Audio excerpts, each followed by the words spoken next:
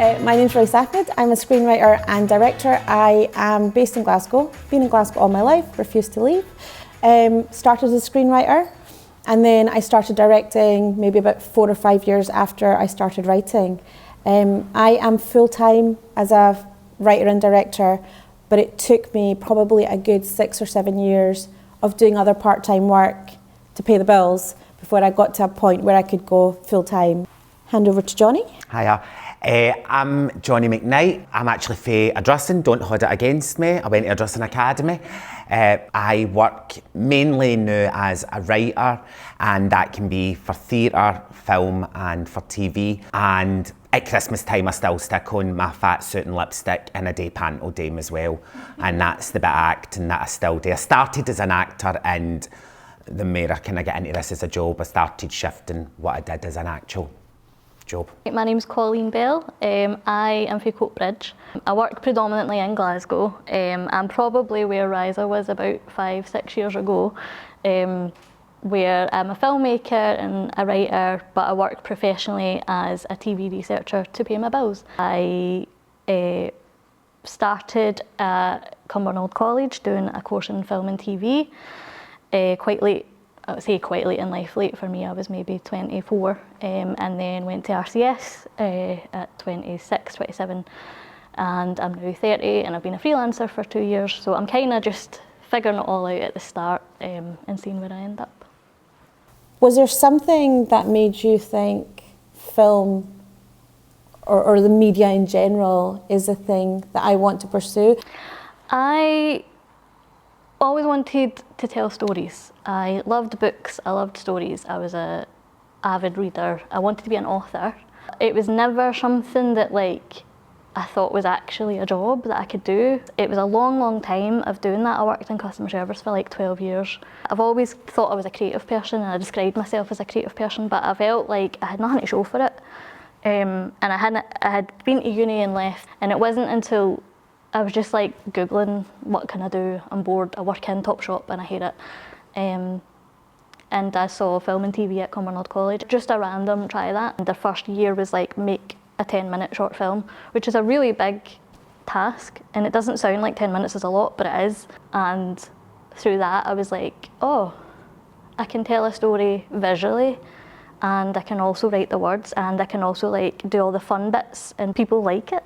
That was the point where I was like, hold on, somebody can pay me for this. This is a job. So it kind of all blossomed from there, really. I just thought you had to be rich and you had to just know somebody who knows somebody, but I don't know MD. What about you, Johnny? I'll be honest, I didn't have a Scooby what I was going to do. At school we didn't have drama or anything like that. So when I went to the careers advisor, they said, you should be a lawyer. And I thought, well, actually, I would love to be a lawyer like that. And then I went and started studying law, and I'll never forget it, the very first day my law lecture, I go in, it was like something out of a movie. It was about 500 people in this big massive room, and everybody, I was 17, had my wee skinny fit jeans on, my wee matching t-shirt and all that, my backpack, and I looked around and people have got briefcases, and I remember just going, why has a 17-year-old got a briefcase? And then I was looking around and I was like, they've all got briefcases, this is weird. And I went, oh, I'm in the wrong place. I've done the wrong thing. And so I tried to do law, absolutely hated it, was miserable, didn't really like the people there. It wasn't I just felt, they had briefcases, I had nothing in common in them. I just couldn't find my place. And I went and worked in what is now Morrison's. When I was there, I also went to a youth theatre at the same time. There was a youth theatre in Glasgow, and I met loads of folk, and I was like, these are my folk. I realised that's what I wanted to do, and I didn't even know that it was able to be a job, but all my pals from there, because we were from Glasgow, knew about drama school. I'd never heard of drama school, so I was like, oh, where are you going? Right, I'm going to go there, I'm just going to write a letter, I'm going to go to drama school.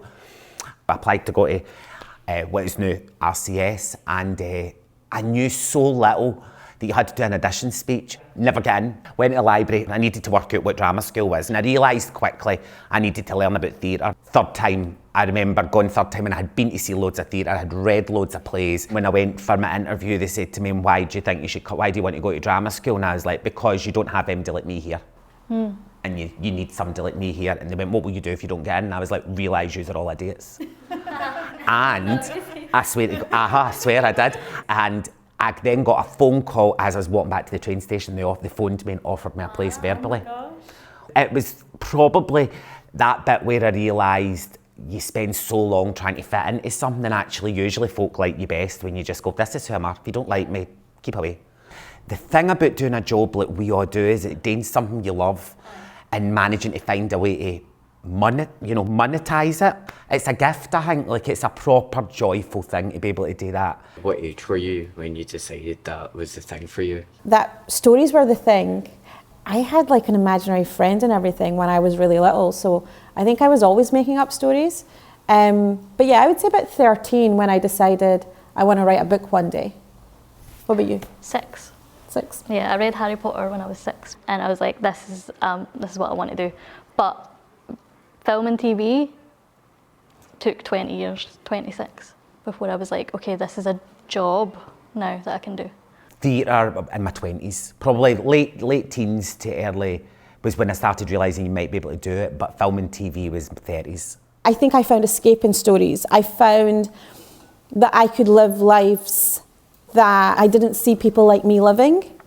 There was nobody that looked like me on TV or in the films I was watching. Eventually I graduated and I came across an apprenticeship.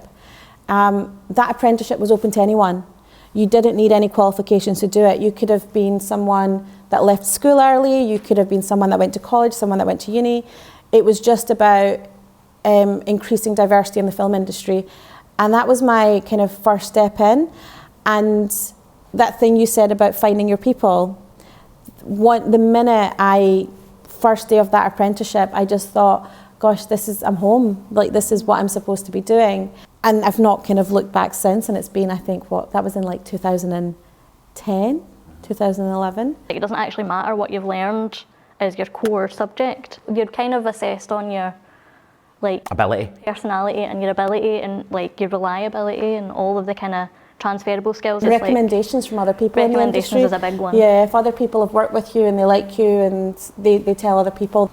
So what advice would you give to somebody who's maybe in the same boat as you, who's just starting into your career? I think the first thing would be get a sense of what elements you're interested in, because there's so much you can do in film, TV and theatre. There's so many different jobs. There's a website called Screen Skills, which is great for film and TV in terms of breaking down the different roles that you can do. Even at least, do I want to act or do I want to be behind the scenes, is a good place to start. And get involved in so I always say with like film and TV, the BFI Film Academies, get involved with that.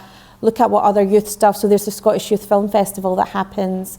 And then there's loads of theatre groups, loads of different productions that happen that you could get involved in. Try things out. You can leave school whenever you leave school, and you can go and do a whole other, you can be a lawyer, you can be a whole other thing, and then just change your mind. Like, time and age is not really a real thing. It feels dead real when you're in school, because I remember teachers being like, you have to do your hires, this will change your entire life. Just like, take it easy, like, you've got so much time. So I think keep all the doors open, don't say what you can't be, see what you could be, and just, I would say, try and find the joy in it. Especially now, I grew up before there was smartphones you could film on and stuff like that, and you go, no, there's a whole different world of how you tell a story, that especially people that are doing photography and journalism. You guys are on TikTok. Yeah. Who's putting up TikTok content here? If you're making stuff for TikTok, even if it's the dance videos and stuff, that's you creating content. If you watch a film and then you sit down and you talk to your friends about that film, what you're doing there is essentially what TV and film journalists do, where they sit and they talk about their opinions on something. Were there sort of any big obstacles that came in your way when going out into the industry and getting those first bits of work?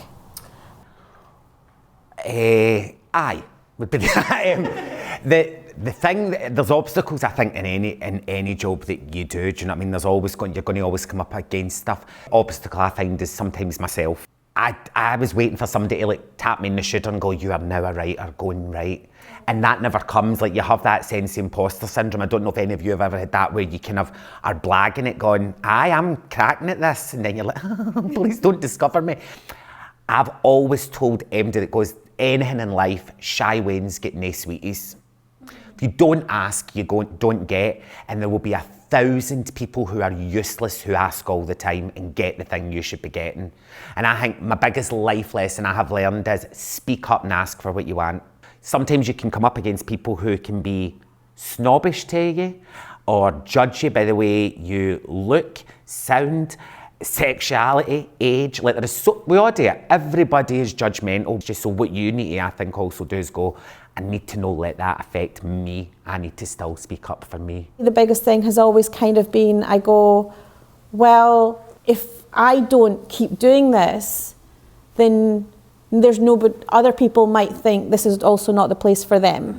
So as painful as this might be for me, and as much imposter syndrome as I might have, I'm going to keep going because there will be other people coming along and I can help them. And I actually think that the industry has become a much nicer place to be because there's more people coming in from backgrounds that previously they wouldn't have. I don't know if anybody else is like this, because that phrase, imposter syndrome, the other thing I call it is pre-mark syndrome, right? Is because if somebody goes to you, oh, I love what you're wearing, I think as Scottish people, particularly if you're working class, you go, oh, I got it at a Primark, £2, it's an old thing, I've had it for 100 years, somebody died in it.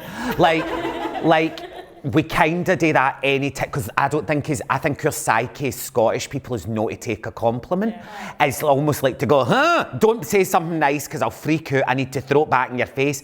And I think everything in life adds up to another story you can tell. For those 3 years I worked in a supermarket, one of the plays I wrote was about 3 women working in a supermarket. I never even changed the women's name. It was a Margaret, Trudy and Dolly Murphy. And I called them Margaret, Trudy and Dolly Murphy. You use all your life experience for every bit, whether it's uni, my failure at uni, my getting sacked for that job. I would just add one thing, which is keep a notebook and write everything down. There is relatability in everybody that you meet. And if you keep a wee note, I've got notebooks of like, grandpa plays guitar over people's talking, or like, man has amazing singing voice but only sings pub karaoke. Like, you'll put it in and people will see it and be like, that's my granda, that's my... And everybody gets it. Just write it all down and it comes back to you. Get obsessed about everything so nobody tells you what you can and can't be. And then the mere choices that are open to you. At this age right now, if you want to make a film, get your iPhone, go and do it with your pals, have fun. Find the joy in it before somebody tries and stamps it out, kills it and tells you how much you're getting paid per hour. So I'd be like, I'm making a film tomorrow, we've got an all weekend, we're going to shoot this, my 3 pals. You'll start to join, like you say, join the youth theatre groups so that you can find your pals who love the thing that you love. Because for me, what it felt like was getting into a room and realising I wasn't the wee weirdo any longer. I wasn't the one who did the funny voices and was dancing about doing Madonna dances. That's how old I am, it was Madonna dances and mad. Actually, like the least weird in the room. I was literally I'm no stranger actually. It turns out there's loads of people here that are even stranger. Yeah. And it's about go and find stuff that you go, that's a right laugh. It's a hobby, and then you find out if it's going to be your job. Who did you look up to? Oh gosh, I need to think about that one. Does anybody want to go first with that one? Mine was pop stars. That I love pop music videos, a wee tiny slice of how you tell a story really quick, and I still love that. As a child, Billy Connolly, weirdly. He was such a good storyteller and he's so funny. I think mine are fictional characters, funnily enough. Lois Lane, I think that for me was a character where I was just like, that's who I want to be like. Do you know what's really good about that question when you asked it there, who'd you look up to? I think all of us didn't have a proper answer because all of us never seen ourselves on film or TV when we were growing up. And part of the reason why we all want to come out here and do this and talk to you and stuff is to sort of encourage everybody to go, there is a place for you and a space for you out there to tell your story, whether you've seen them, they like you. And if you haven't, that's brilliant, you've got a superpower, get out there and kick down some doors. I really found it quite relatable that they were saying about all the imposter syndrome and not knowing if you were able to be good enough for something. I think it was really comforting as well. It was definitely good. I quite enjoyed it, so I did. And some of the things that they've said, take the shot, just try and go, put yourself out there, is kind of motivated and inspired me to continue in that path. They never had a good kind of, oh, this is what I want to do, and then they found what they liked. That's probably what is going to stick with me through my whole life. If you have one thing that makes you happy and that you love to do, you might as well just take that risk and just go for it, because it could change your life. inspired me a lot when I heard like people from Ardrossan and stuff going and being in all these panels and everything.